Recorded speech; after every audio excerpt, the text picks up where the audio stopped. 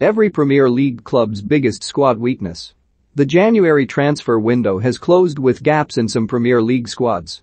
We look at where squads are short on numbers. Arsenal centre-half. Much fuss has been made about the exit of Pierre-Emerick Aubameyang and the lack of a striker signing, but the real issue could be at centre-half, where the Gunners are down to just 3 options after the exits of all the defenders.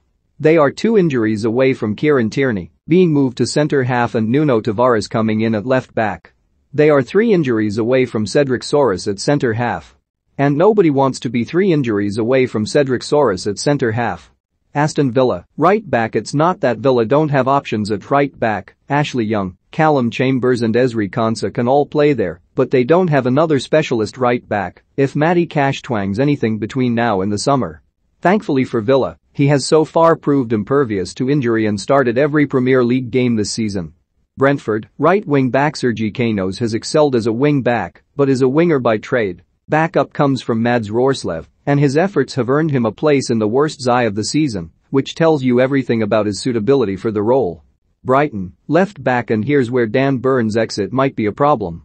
While Brighton are relatively well-stocked at centre-half with Joel Veltman offering cover to Adam Webster, Lewis Dunk and Shane Duffy, the excellent Mark Cucurella is Brighton's only dedicated left-back, with utility man Solly March the only other option. But there's no denying that he is better suited to life as a wing-back. Burnley, central midfield. A surprisingly balanced squad, but there is a real lack of creativity in midfield, as signposted by the failed pursuit of Aaron Ramsey in January. Right now, the Clarets' central midfield options are Ashley Westwood, Jack Cork, Josh Brownhill and Dale Stevens, who have 3 Premier League assists between them this season. Chelsea, left-back. Such as Chelsea's problem at left-back, they tried in vain to recall Emerson Palmieri from his loan spell at Lyon.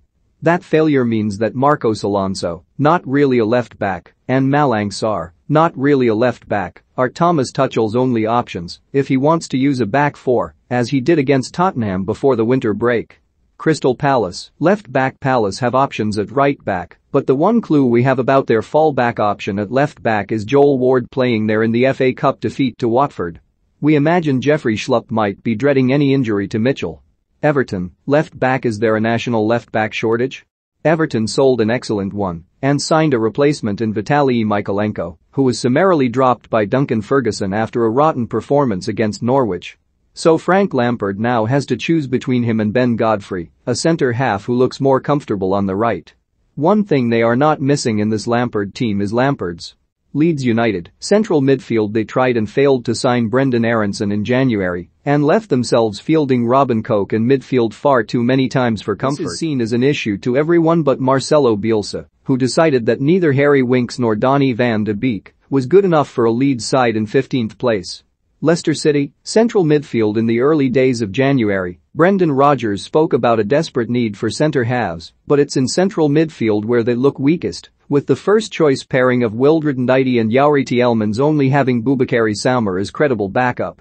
Beyond that, Leicester are in Kiernan Dewsbury Hall and Hamza Chowdhury territory. Liverpool, right-back. Having one of the best right-backs in the country is phenomenal, but what happens when one of the best right-backs in the country is missing? The 36-year-old James Milner, we presume. That is suboptimal. Manchester City, striker. Who are we kidding? They don't need anybody.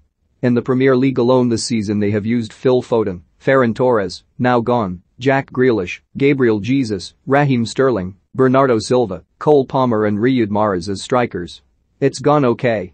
Manchester United, right wing. In pure numbers terms, Manchester United have 4 central midfield options in Nemanja Matic, Fred, Scott McTominay and the returning Paul Pogba, so the real problem lies on the right wing, where Jadon Sancho remains their only real comfortable choice on that flank, if we assume that the man who has started 16 Premier League games this season is no longer under consideration. Newcastle United, striker. That's a F-load of money to spend to end up with Chris Wood and Dwight Gale as your only fit strikers. It's probably enough to keep them up, but there's an awful lot of pressure on Alan Saint-Maximin, the only Newcastle player barring Callum Wilson to score more than 2 Premier League goals this season. Norwich City, technically none. They have a lot of players for every position. There's just a slight problem that quite a lot of them are shite. Southampton, central midfield. One thing the Saints need in both the short and long term is a genuine alternative to James Ward-Prowse as a partner for Oriol Romeu Ibrahima Diallo in central midfield. Stuart Armstrong is an option there, but beyond that, you are in Will Smallbone territory. Tottenham Hotspur, striker it was ever thus. Watford, none, they have got 32 first-team players. There is no gap. West Ham United, striker one centre forward who is not even a natural centre forward. Only Manchester City can get away with that kind of SHT. Jarrod Bowen will do a job there in the FA Cup this weekend. Has their inertia cocked up their season? Wolves, central midfielder. Luckily for Wolves, they have not needed central midfield options beyond João Moutinho, Ruben Neves and Leander Dendoncker so far this season, but it's probably not a long-term plan.